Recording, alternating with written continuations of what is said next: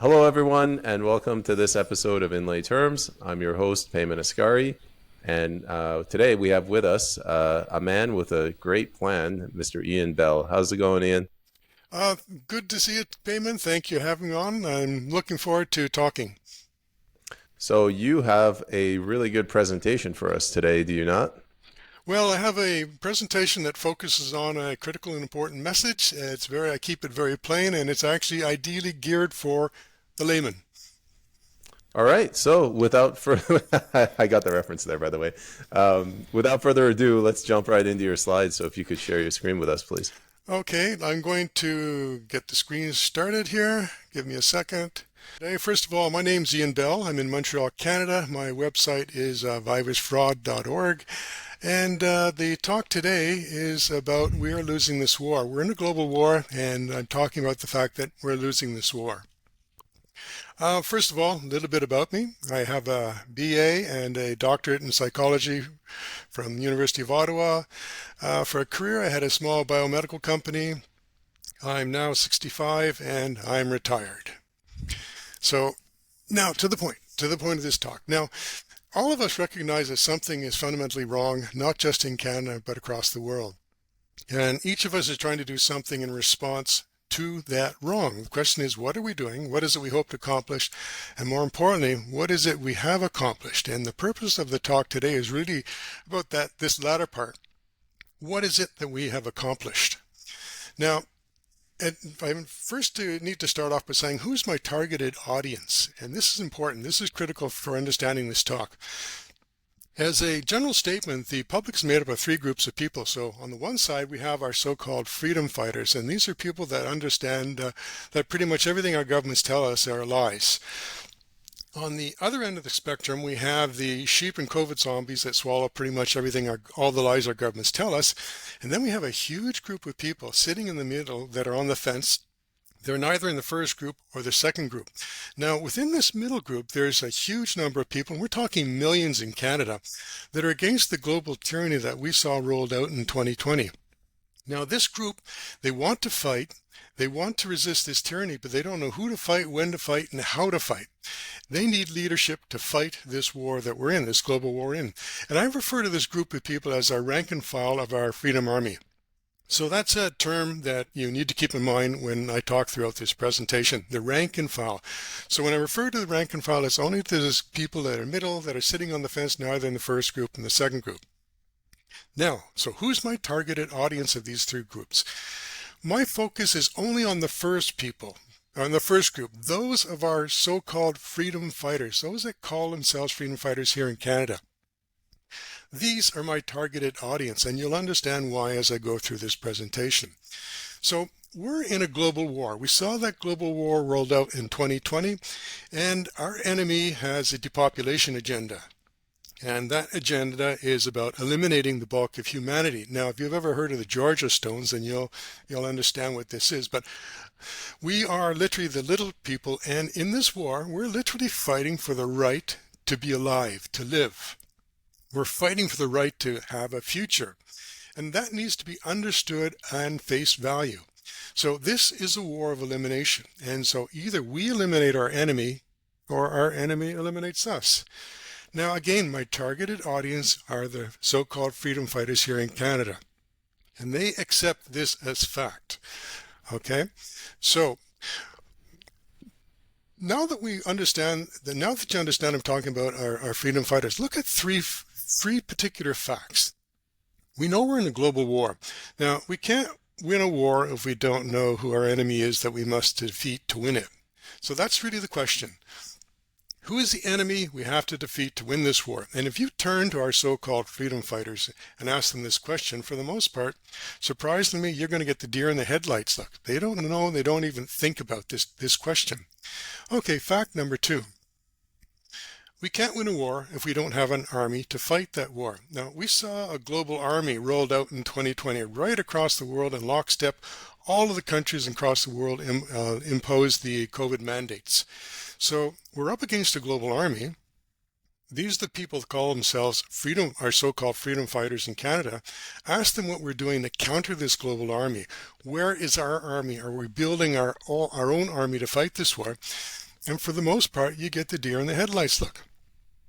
They're not trying to build an army to counter this global army, and the worst thing is they're not even thinking about doing this.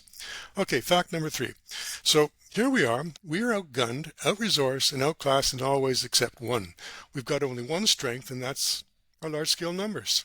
We can only win this war by uniting with our large-scale numbers, and that's where we have to work with as one, with a common vision, not just in Canada, but across the world. So we have only one strength. To win this war, we must play to that one strength. Now you ask our so-called freedom fighters, what are we doing to actually bring us all together so that we start working together as one? And the surprising answer again is you get the deer in the headlights look. They're not trying to unite us, and the worst part is they're not even thinking about trying to unite us. So now we're saying that we're in a global war. So if we're in a global war, who's our enemy? Well, let's try and put a face on our enemy. Our enemy is the cabal, but who and what is the cabal? Let's talk about its network. Our enemy is the state of London, the Vatican State, and the state of Washington, D.C. Now, most of our so-called freedom fighters, they recognize the Vatican State, but a lot of them do not recognize that the Vatican State is an independent state within the country of Italy. And it has full immunity against the laws of Italy, the rule and law of Italy. And the same thing with the state of London. The state of London is an independent state within England, and most of our rank and file do not even recognize or know that the state of London exists. And the same thing occurs in with the state of Washington, D.C. This is an independent state within America. Now, the state of London, it is the financial heart of our enemy. The Vatican State is the spiritual heart, and the state of Washington, D.C. is the military heart of our enemy. So if we do not recognize this is what constitutes part of our enemy's network, how can we defeat it? So our enemy is the central banks of the world and the Bank of International Settlements.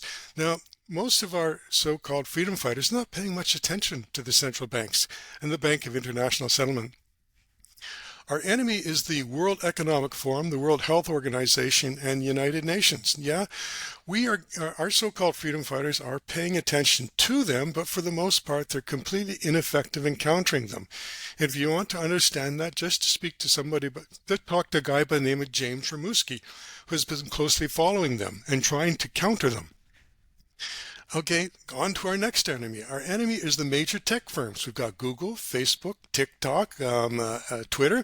They are engaged in heavy censorship and feeding us misinformation and disinformation on an ongoing basis. They've literally become the propaganda arm of our enemy. Our enemy are the major pharmaceuticals. We're looking at Johnson and Johnson and Pfizer. We were told from the beginning, from them specifically, they've done all the research and all these kill clot shots, which they euphemistically refer to as the vaccines, they're safe and effective. Well, we now know a conservative estimate, 20 to 25 million people across the world have died from these kill clot shots, and hundreds of millions have been seriously injured and had adverse reactions to them. Our enemy are the major assets and investment firms. We're looking at BlackRock, Vanguard, and State Street. Now, between those three companies, they have estimated between $40 to $60 trillion of assets and resources under their control. That's phenomenal. We have to counter that, but how? So our enemy is the hundreds of companies listed as supporters on the World Economic Forum's website. Our enemy is the CIA. The CIA has been weaponized against us. We are the little people, and we're classified as enemies of the state. Our enemy is the Rothschilds, the Klaus Schwabs, the George Soroses, the Elon Musks, and the Bill Gates of our world. So, in effect, our enemy is every trillionaire and billionaire. There's no such thing as a benevolent billionaire and trillionaire. They're not the good guys. They're not on our side. They're the ones that are pushing this new world order, this tyranny of technocracy and transhumanism. And unfortunately, and this angers a lot of people, that includes Donald Trump. Donald Trump is part of that network. So in effect, when we look at all of this, our enemy is the most powerful people, families, businesses, institutions, and agencies in this world. This is the cabal and its global network. This is what we're up against. If we're going to win this war, we must eliminate them. So if this is our enemy and we have to eliminate them, this gives us a good indication of the resources that we must muster in order to be able to counter them. Okay, this is the face of our enemy. So now, with the understanding that this is our enemy, let's look at three criteria that must be at the core of everything and anything we do to counter this threat to us, to counter this global war. The first criteria, and this first criteria is what must drive everything we do. So criteria number one is very simple. To win this war, we must eliminate the cabal and its global network. If we do not or cannot eliminate the cabal, then we lose this war. Now, that's very straightforward. We know we're in a war of elimination, and everything we do must be geared towards the recognition that either we are eliminated or our enemy is eliminated. So criteria number two follows from criteria number one. It logically follows. There's only one way we can eliminate the cabal. To eliminate them, we must unite our large-scale numbers and fight as one with a common vision and direction. Now, what unity means in this context is that we must be able to organize and mobilize millions of our rank and file in Canada and billions of our rank and file across the world. Again, we have only one strength. Our strength is our numbers, and we have to play to our numbers. If we do not play to our strength, if we don't unite, we lose this war. That's criteria number two. And then criteria number three follows logically from criteria number two. There's only one way to unite us, to organize and mobilize the millions of our rank and file in Canada and the billions of our rank and file across the world. We have to adopt a top-down hierarchical leadership structure. If we don't adopt this top-down leadership structure, that means we can't organize and mobilize, and if we can't organize and mobilize, then we lose this war. Now, these are three straightforward criteria, and they must be at the core of everything and anything we are doing in this war. If we ignore any one of these criteria, then we've lost this war. With those criteria in mind, now let's go on and take a look. Let's do an assessment. What have our so-called freedom fighters been doing for the past 4 years? And the observation of what they've been doing is pretty bleak. So our so-called freedom fighters, they cannot identify the enemy we must defeat to win this war. They have no army, they have no unity. Our so-called freedom fighters have no leadership, no discipline, no organization, no infrastructure, no vision, and no direction. They literally have no numbers, they have no resources, they have no reach and no muscle. And this is a discussion I've had with a number of them. They're not decentralized. They're completely disorganized. They're completely divided. And so our so-called freedom fighters, they react to the symptoms of this war, but they never target its cause. SOGI, sexual orientation and gender identity, is an example of the symptom of this war. These are distractions that keep us away from the global control network the cabal is building. So we're focused on the symptoms, but we're never focused on the target, which is the cabal itself. So in effect, it comes down to a very simple assessment. What have our freedom fighters accomplished in the past 4 years? And the answer is they've accomplished nothing meaningful. Whatever they hope to accomplish, it's produced no results, and it's pointless and meaningless. And the simple fact is all our so-called freedom fighters refuse to commit to the only course of action that can win this war for us: unity with our large-scale numbers. So after 4 years, I have stopped referring to our so-called freedom fighters as such. I've referred to them as toothless chihuahuas. And this is very simple. They have no numbers, they have no resources, no reach, and no muscle. And this is what I have defined as a toothless chihuahua. And this is what applies to every single person in Canada that I'm aware of that speaks about being a freedom fighter or trying to make a change and counter this tyranny. Every one of these people refuse to commit to the only course of action that can win this war for us, which is unity with a large-scale numbers. And the worst thing, payment behind all of this, they do this by choice. They do this willingly. They have prioritized their turf wars, their petty turf wars, their egos, and their echo chambers over the only course of action that can win this war for us. So this is the bleak assessment. We're in a global war, and we're losing this war. There's only one way for us to win this war. unity with our large-scale numbers. If anybody else has a solution, put it on the table. But after 4 years, nobody has a solution that's working out and that's viable. Our toothless chihuahuas refuse to commit to the only course of action that can win this war for us. And as such, the writing's on the wall. We're losing this war, and we're losing it badly. If we don't drastically change our objectives and tactics, Payman, then we've already lost this war. That's a bleak assessment. That's not an assessment that anybody wants to hear. Let me just stop that and put me up on the screen. That's not an assessment any one of our so-called freedom fighters wants to hear. But at the end of the day, I speak to every one of them and say, great, you've got an idea? Show me. Put it on the table. Show me your numbers. Show me your resources. Show me your reach and your muscle. And for each one of those points, they have nothing to offer. That's a bleak assessment, and this is a simple message. We can go into a lot of details of what the groups are doing. We can talk about what they claim to be doing, what they've accomplished, but at the end of the day, it comes down to they have no numbers, no resources, no reach, and no muscle. That's all we need to know. If we don't change what we're doing, we've lost this war. That's a simple message. It will not change.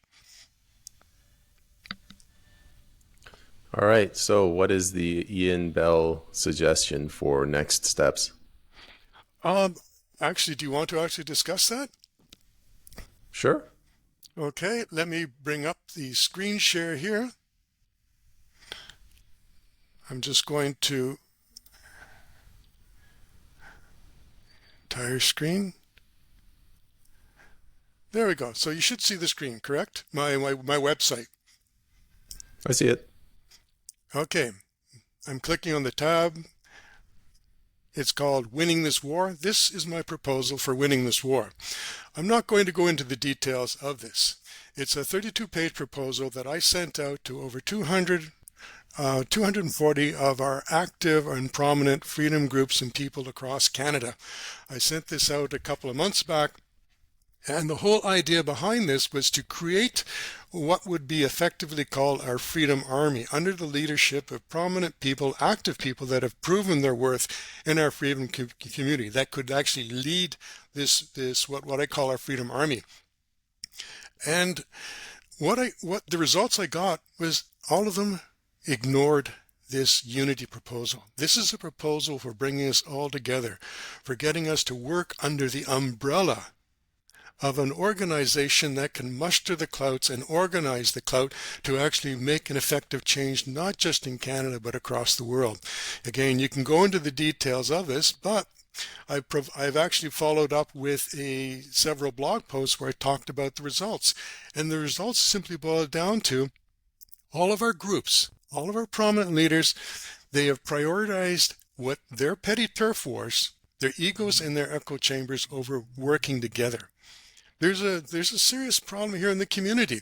And when I want to just give specific examples of the groups we're talking about Action for Canada, Stand for Thee, the Freedom Rising, National Citizens Inquiry.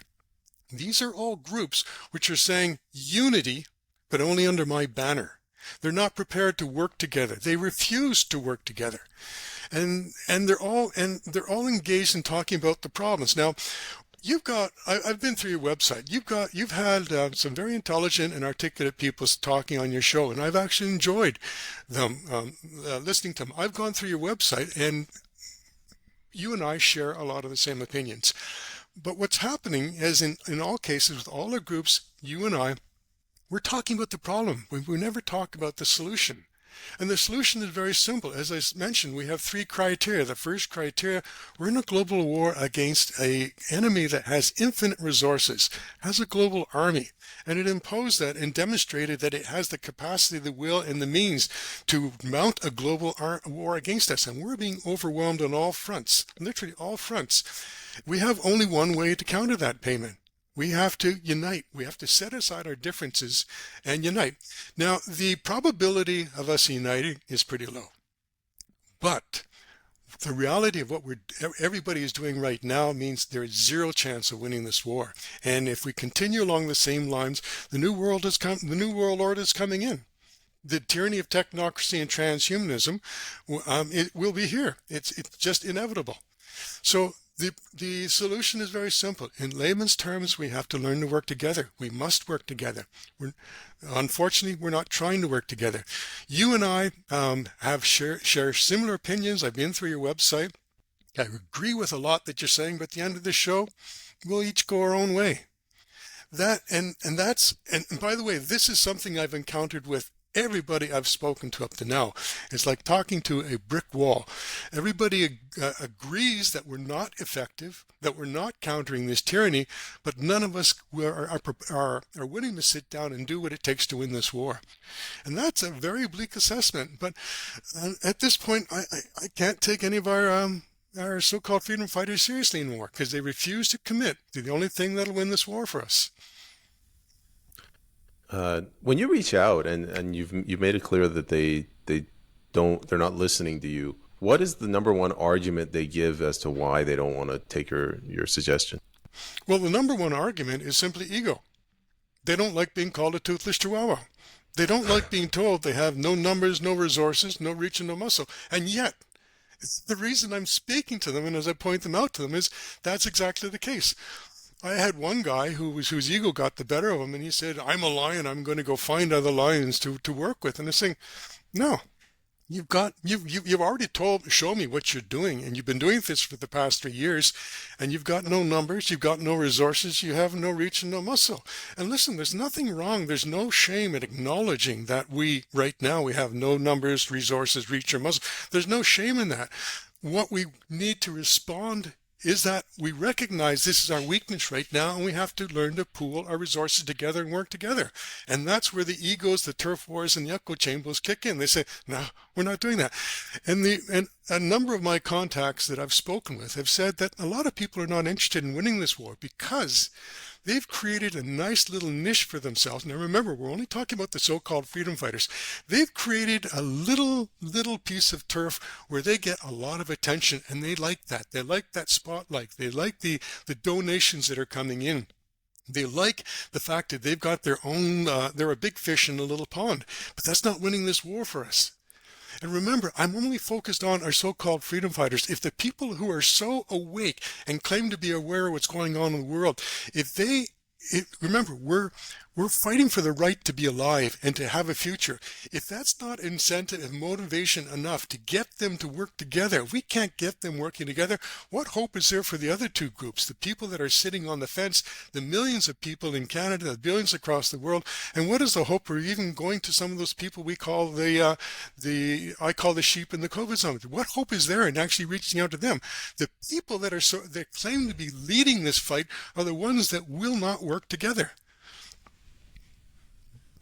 Okay, let's walk through this step by step. Let's say right now I said, "All right, Ian, you've convinced me. I'm leaving the PPC." What's the first thing that you and I are going to do? Well, no, let's look at the PPC first. Now, what you'd like, you're using your website as a platform to gain attention, which is really good. It's a smart thing to do.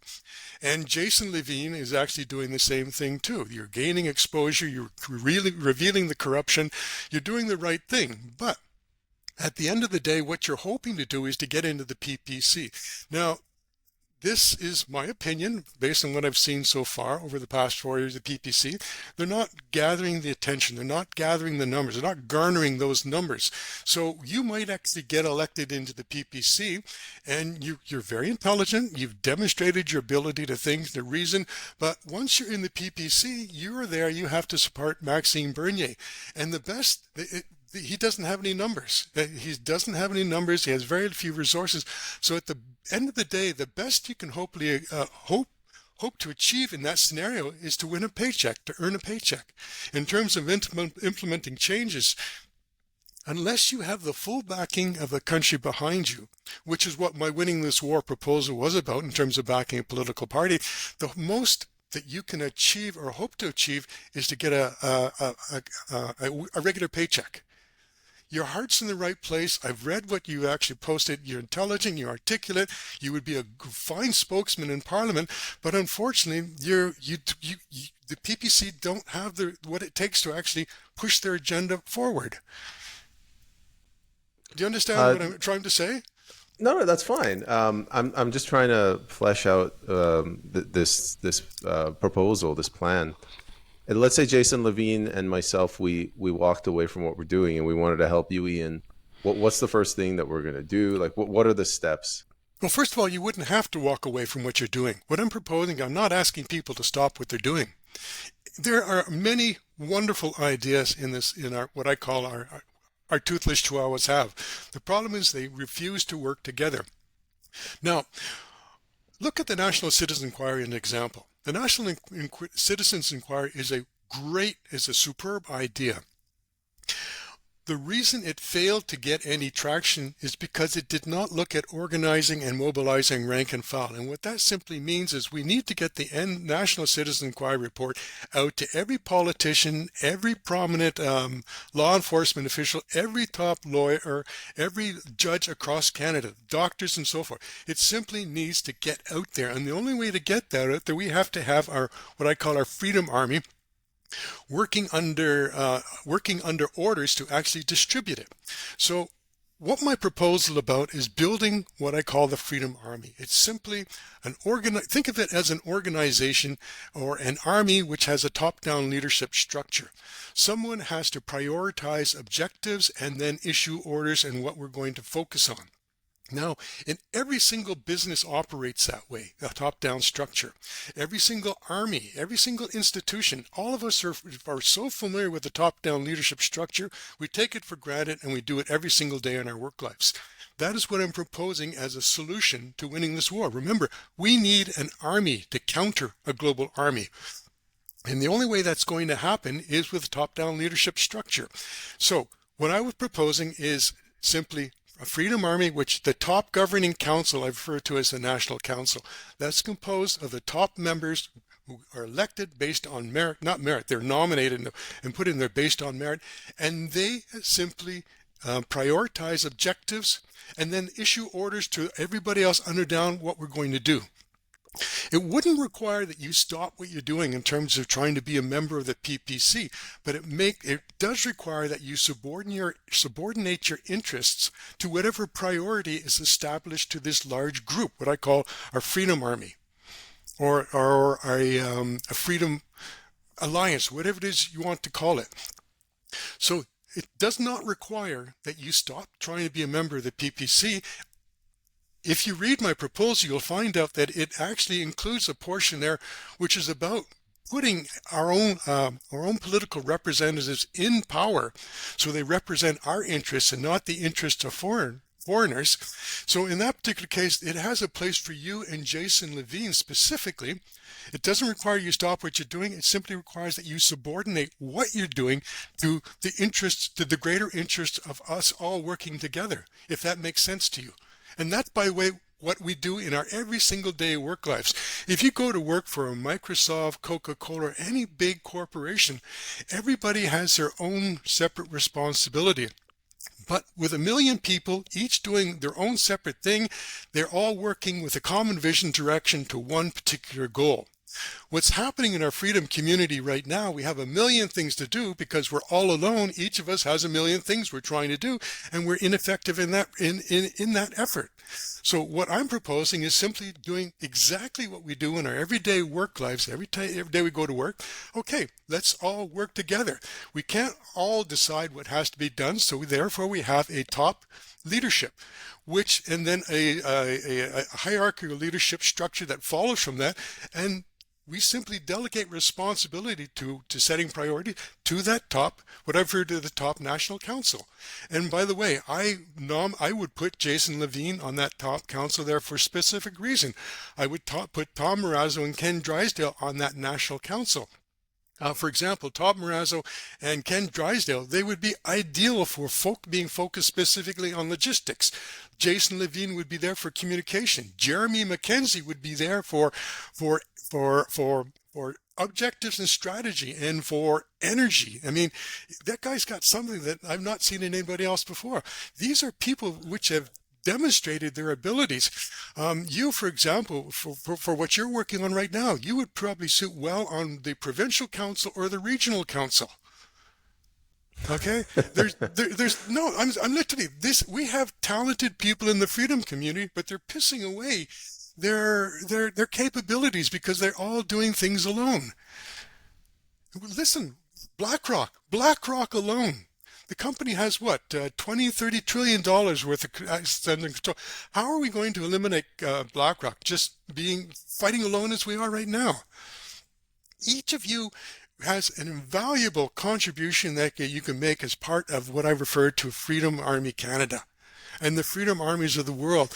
And then you make your contributions together, you work together. It means that you're no longer the big fish in your own little pond, but now you're working for something so much bigger. And we're up against the global tyranny. And this is coming on hard and strong, and nothing we've done stops it. We know the mandates are going to come back again. We know that we're going to have these things forced. And the question is when, and what have we done to prepare for it? Right now, you've got on your website, you talk about immigration problems. Well, we have a huge migrant problem. It's unsustainable and unaffordable, and it's destroying Canada. The same with our education system. You talk about our healthcare system, our tax system. All of these things, we're losing on every single front. We're being overwhelmed. But what do? We're all alone. And it doesn't, what I'm talking about in terms of, hey, we're getting beaten to a pulp. We have no choice but to work together. This is not something new. This is an age-old concept. When you're up against superior forces, you simply rally around the people that you have a vested interest in together, and you work as a group. Why are we not doing that? And this is simple, payment. Ask any single person in our so-called freedom community. And again, we're only focused on the people that supposedly are fully aware of what we're up against. And they're saying, no, not going to unite. Rebecca Shepherd at Stanford, she's got some great ideas, but right now, because she's doing it alone, she got maybe 150 followers. Action for Canada, its membership was decimated because she's saying unity, but only unity under my banner. Tanya Gaw has a valuable contribution that she can make to Freedom Army Canada, but because she wants to work alone, she wants to be the queen bee. Okay, and she has nothing Ian, to show for. Yeah. can you stop sharing the screen so we can get you in full screen? Oh, sorry. Yeah. That's okay. I just realized it too. Tanya Gaw, Action for Canada, you said her membership numbers are decimated. Is that true? And what were they, and what did they go to? Do you know? I think it was 2021 when I tried to join Action for Canada. Okay. Now, I was introduced to Action for Canada. I was trying to do my own thing, and I thought, wow, I listened to what she was doing. I attended some of their Ottawa chapter, their Telegram groups, and they literally had probably 7,000, over 1,000 people or several thousand people in their groups. Now, and in their Tanya Gaw would have Zoom meetings, and one of the Zoom meetings she had probably close to 1,500 people. 1,500 people going in, and by our standards, that's a lot of people. Now, I tried joining the Montreal chapter of Action for Canada. Now, it turns out there were 3 chapters in Montreal. And Tanya brags that there are hundreds of chapters, probably 100, 120 chapters across Canada. So I've got 3 here in Montreal. I try to join. No responses from any of them. No responses. It turns out they're moribund. They're dead. They're moribund. They're dead in the water. They're not active, but they're listed on the Action for Canada website. So I contacted Action for Canada. I said, look, I want to jump in. I want to be part of your network. I want to help out. And the response I got from Action Canada, well, just be patient. The Montreal chapter will be up and running. It never was. It's dead. It's simply dead in the water. And so I've attended a number of Action for Canada Zoom meetings. So, for example, in the beginning when I first there, in the Zoom meetings, you actually see the number of participants in the bottom, and you can see the number of people in the chat. So you can get an idea of how many people are actually involved. In the beginning, those numbers were all available. And recently, in the past, 6 months, I went into an Action for Canada a Zoom meeting, and all those numbers have been removed from the screen. You're not allowed. I was the only person in the chat that was actually posting responses, and the only one responding to me was the administrator. So everything points to the fact that it no longer has any numbers. It no longer has any participants. And I've spoken to probably 10, 15, 20 people who all were members of chapter in Canada of Action for Canada at one point, and they left. They said it's not working out. Now, I know in Action for Canada, when I first started getting involved, the notices of liability came out, and David Lindsay had a workshop And Action for Canada was promoting the workshop by David Lindsay, which is about notice as a liability. And you issue your notice of liability, and then if your notice of liabilities are ignored, then what you do, you proceed with criminal procedures against the party. You don't go civil through courts, you go through the criminal courts. And when I bought David Lindsay's book. I went through his workshop, and then I spent 3 or 4 months going through this. And I said, this is an accident waiting to happen. There's no way any of the people who are any of us lay persons are going to be able to successfully go to criminal court and press charges like this. The intricacies that are involved just in the court process, there's no way we're going to be able to grasp them in a short time. So one of the things I did, I went back to Action for Canada and tried saying, hey, I think there's a problem here. Let's talk about it. Well, boom, I was banned from Action for Canada, the Ottawa Telegram group. Just like that, I was dropped. And I'm saying, and I spoke to other people and I said, look, and here's what actually happened too. I didn't contact Action for Canada directly at first. I went through a fellow member who is actually a group leader in Action for Canada. She in turn posted my information. So my information was up there, and then I tried to follow up and was posted, and boom, just like that, I was banned. Now, those people that banned me, the leaders at the time, they're long gone. The numbers have just been completely decimated. If you go into an Action for Canada Telegram group right now, I mean, if you got what the main group for Action for Canada, they've got no more than what 100 or no, several hundred people. And of those people in Telegram, you know for certain only 1% of them are ever active. So everything that I've seen and I've observed at Action for Canada, I think its membership has been decimated. And Tanya Baga is trying to do her best to keep her group together, but unfortunately she has divided a lot of people. Yeah, I've heard that, but I kind of want to move away. I'm worried Miss Gaw is going to send somebody to take me out if I keep trashing her organization. Well, no, she has to take me out because I've actually put her up as a poster child on my website, for she is one that is keeping us divided. So if she's going to take anybody out, she's going to take me out. When I have an article, which is a blog post, which is called Toothless Chihuahuas of Canada. Let's see if I can bring it up right now. Let's just see, January. Again, it takes a little while to... With Toothless Chihuahuas of Canada. Oops, I'm going to have to share my screen. So this is just to make sure that you're not taken out, that I'm taken out instead, okay? Okay, so you can see my screen. So it's the Toothless Chihuahuas of Canada.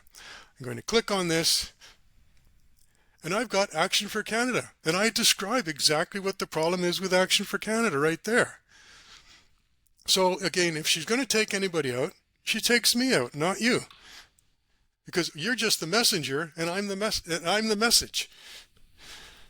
So the problem is, all of these people, they're doing a lot of good stuff. They could be doing a lot of good stuff. They got good ideas, but because they choose to work alone, they're ineffective, and they cannot do anything to counter this colossus we're up against. Remember what I told you, my slide post where I said, who's the enemy we're up against? And we've got the London state, the Vatican state, and Washington, D.C. state. We've got the financial heart, the spiritual heart, and the military heart of our enemy. There's no way Action for Canada can possibly take them out on their own. For that matter, Canada working together, a united Canada cannot take them out alone. We need to work right across the world. So this is very simple. This is numbers. Numbers, the only thing that's important are numbers. Numbers matter. No numbers, no results. And as I said, I have listened to your podcast. I've gone through your website. I've gone through other shows, the Jason Levine, the Shadow Davis, the Laura Thompson show. A number of these shows, they've all got great speakers, and they understand what the problem is, but nobody's talking about solutions. They're literally not talking about solutions. Now, you look at all our groups. What are they doing? Protest. For 4 years, we've engaged in protest, and the first thing I learned that any protest, which is the primary action, is guaranteed to fail. Protests can only be successful if they are secondary or tertiary action in support of a primary action. So let's give an example. The example I use is, let's just assume there's a lawsuit against the government for the overreach in their illegal mandates that they brought in 2020. So this is, let's say, in the Supreme Court of Canada, that lawsuit is there. Well, the lawsuit would be the primary action. Now, if we were able to organize protests outside of the court room in support of that legal action, then what we would have is a protest which is a secondary action in support of the primary action, which is the lawsuit itself. But unfortunately in Canada, what all our groups are doing are protests, are letter writing campaigns, our community efforts. These are primary actions, and they're ineffective for that reason. What we need to do is to use protests as an example, as a secondary or a tertiary action in support of a primary action. But the problem is, all our groups are alone, so they are small fish. And that being small fish, they have small resources and small reach. So they only go after the other smaller fish they might be able to take out, which is at the lower level. Okay, so what they're doing, they don't have the resources to go after the big fish. Now, Trudeau is actually a small fish in the grand scheme of things, but he's a big fish in Canada. He's untouchable because we don't have the resources to go after him. Yeah, we've got a couple of lawsuits. There's the oh, damned if I can remember the name. There's a lawsuit that was initiated by Vincent Gersony's group, and what they're trying to go after Trudeau from a civil grounds, but unfortunately, they've got no resources. They're depending upon donations to fund their legal campaign, and that's not a sustainable model. Everything we have no numbers, no resources, no reach, and no muscle.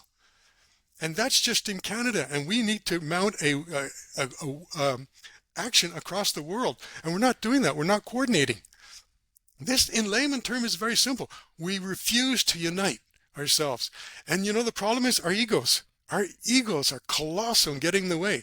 For the first time in our life, we're getting a little bit of attention. I got a little bit of attention first, and it felt pretty good. But then I realized at the end of the day, I achieved nothing. And that's consisting right across all our so-called freedom groups. We must stop. We must call them out for what they're doing.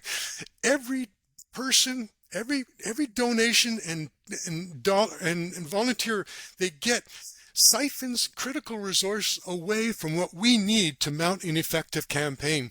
So we've got hundreds of little groups. All of them have their donation signs up. We cannot mount an effective campaign because everybody is taking away from what we need to mount to work as one, as a collective group. Does it start to make sense to you, Payman? I mean, literally, we're ineffective, we're impotent, and we've demonstrated that repeatedly after 4 years. Ian, I have one final question. I'm going to call you. You called this an alliance earlier. So this alliance you're proposing, have there been any takers? Like, how many people have you reached out to, and are there any that have stepped up and supported you? Yeah, I've got one buddy who understands and thinks like me. Other people, now, everyone, the answer is no. They refuse to do this. Now, let's backtrack a bit. Christopher James is at A Warrior Calls. He, with Marcus Ray, probably about, I don't remember, was it last year or the year before, they tried to unite us, okay? So what they were doing is they wanted to use the law, they wanted to use a court case or law to actually hold accountable Trudeau and all our other premiers for their overreach. Now, I don't agree with Christopher James' approach, but nevertheless, I agreed in principle what he was trying to do. Our court systems have been subverted. They are engaged in lawfare against us, and what Christopher James was trying to do was to come up with a parallel court system of the people, and hold accountable the governments that are causing us problems. Now, what happened is our freedom community sabotaged the effort. We had members in the freedom community, and I know one prominent member in our group who actually accused them of violence. And there was no incidents of violence. Marcus Ray went out of his way to say there will not be any violence. We're not doing any violence, period. But our freedom community sabotaged it because they were getting too much positive attention for their efforts. So when I went out with my unity proposal, my winning this war unity proposal, this was simply the first phase that I was in. I had no intention of trying to unite our groups. I fully knew what the response was going to be, and it was completely ignored. Now I had maybe a dozen people who actually tried to respond and say, look, it doesn't align with my interests, so I'm not going to do that. Well, remember, we go back to the driving force. We're in a war of elimination. We're fighting for the right to be alive and to have a future. If that's not motive and incentive enough for you to actually to start working with other people, to work with other people, then what is going to be? So this is really the message, Payman. I went out with my unity proposal. I didn't expect to unite them, but what I did do is prove that under an independent leadership of people that are already prominent and significant members of our community who have demonstrated their worth, all of our other groups refused to work under them and to try and unite with them. That's a damning statement about our groups. They ignored that opportunity to work together. Remember, it wasn't about me. I was simply saying, here are people that have proven their worth. Let's put them on a national council. Let them lead us. It doesn't mean you have to change what you're doing, but you have to subordinate your interests to this global umbrella, because that's the only way we'll have numbers, resources, reach, and muscle. And they all said no. They ignored it. Again, about a dozen responded, and they said, no, it doesn't align with my interest. That's a turf war. That is a reflection of turf war. That was the first phase of my unity proposal. That's over and done with it. Now what I'm doing is I'm going to get out and start doing what I'm doing now. I'm going to get the message out that, look, we got a huge problem. You guys are stopping us, and by you, I'm referring to our freedom. You are the ones that are the major obstacle that are keeping us away from reaching our rank and file. You are siphoning critical time and money away from an organization that we need to produce an effective counter to this global threat that we're seeing. So yes, our so-called freedom fighters, our toothless chihuahuas, they're siphoning off valuable resources and time from people that really don't know any better, that actually think Tanya Gau's doing a good job, that Rebecca Shepard's doing good. They're siphoning these resources away, and we must be able to turn and say, look, Tanya and Rebecca, what you're doing could be great under the umbrella of this Street Army Canada. But what you're doing right now, you're keeping us divided. That's wrong. And until we confront this reality, this is the rot in the freedom community right now in Canada. And we're not going to go anywhere, Payman. And that's a message nobody wants to hear because, as you can understand, it's ugly. Ian, as we're approaching the end of the episode, I always ask my guests to leave the audience with a message of hope and optimism. So what have you seen? Not that what you said wasn't hopeful or optimistic, but what have you seen in Canada that makes you optimistic for the future, or what message of hope do you have for Canadians? Payman, my message has been very clear.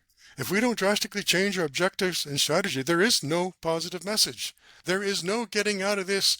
There's no future where we get to coexist with the cabal. There is no positive message, Payman. And this is actually what makes me laugh right now. All the people that claim to know better, they're saying, well, I'm going to my community center, I'm speaking at town hall, I'm petitioning my MP.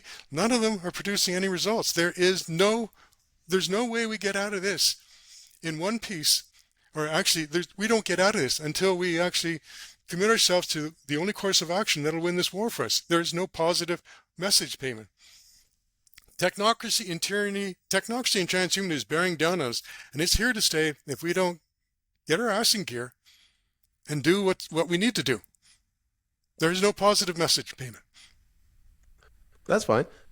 Ian, where can the audience go to learn more about you? Maybe social media, or will you give us your website? Well, I've given you the website. I'll just share my screen here. Let me get my... Okay, there we go. Now I'll share the screen. Entire screen. And I'll just get that slide up there. Okay, so there we are. There's my website. It contains the contact information for my Telegram channel. It contains the contact information for Rumble, my Rumble videos and BitChute videos. But the reality is, nobody's going to go to that payment because they're not ready for the message right now. I know. I've actually, as a result of my winning this war proposal, I've gone out and I've contacted, 30 or 40 different people. They don't want to change. They're not interested in changing. They're happy with what they're doing right now. We're losing this war payment and we're losing it badly, where our situation is dire and desperate and we're doing nothing, absolutely nothing to counter it. Well, Mr. Bell, don't get demoralized. Don't give up. As long as you persevere, you'll make it in the end. Well, no, we're not going to make a payment. And by the way, I'm not demoralized. I was angry at one point. I was frustrated. No, this is a comedian would have a heyday with the freedom community right now in Canada. There is ample material. And I've actually taken that approach right now. So I'm more amused by anything else because I recognize we're goners. So instead of being doom and gloom and, being miserable until the end comes, if we don't change our ways, then we're goners and I'm just going to enjoy myself until that time comes. But There payment, you go. remember, That was a word of optimism there. yeah, but remember, you and I recognized what we're up against at the end of this show, and no offense to you, but like everybody else, we'll all go our own separate ways. I've reached out to so many people and said, look, and I've actually been like a nag to them saying, look, we have to work together. We have to set aside our difference. Not going to happen. They have no interest. That's remarkable payment. And these are the people that claim to know, to be awake, to be aware, and they want to do something to make a difference. And they're not. They're toothless chihuahuas. So, yeah, I'm enjoying this right now because, like a comedian, I'm getting lots of material to work with. I'm going to hammer this point away. So, anyways, there's the website. As I've encouraged you, we need to start looking at solutions. And I think you've taken that message to heart. And so time will tell. Well, Mr. Bell, thank you very much for coming on the show. Ian, make it Ian. It's personal that way and it's easier to work. Payman, thank you very much for having me on the show. Again, this message belongs to all of us.